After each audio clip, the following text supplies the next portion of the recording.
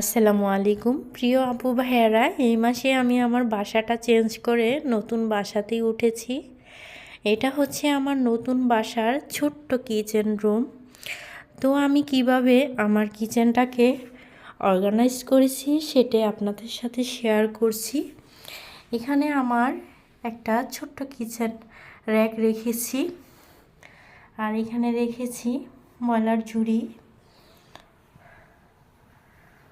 আর উপরের সানসেটের মধ্যে যাবতীয় মশলা পাতির জারগুলো রেখেছি, দেখতেই পাচ্ছেন। আর এখানে রেখেছি আমি আমার ইলেকট্রিক চুলাটা, আর সাথে একটা ছোট্ট রেক। আর এই পাশে রেখেছি একটা ফলের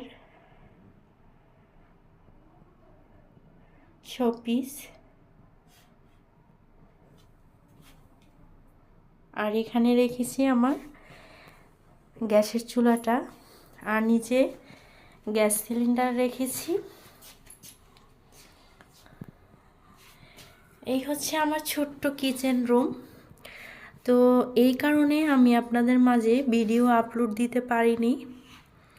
তো কেমন লাগলো আমার ছোট্ট কিচেন রুমটা অবশ্যই কমেন্ট করে জানাবেন। আসসালামু আলাইকুম, সবাই ভালো থাকবেন।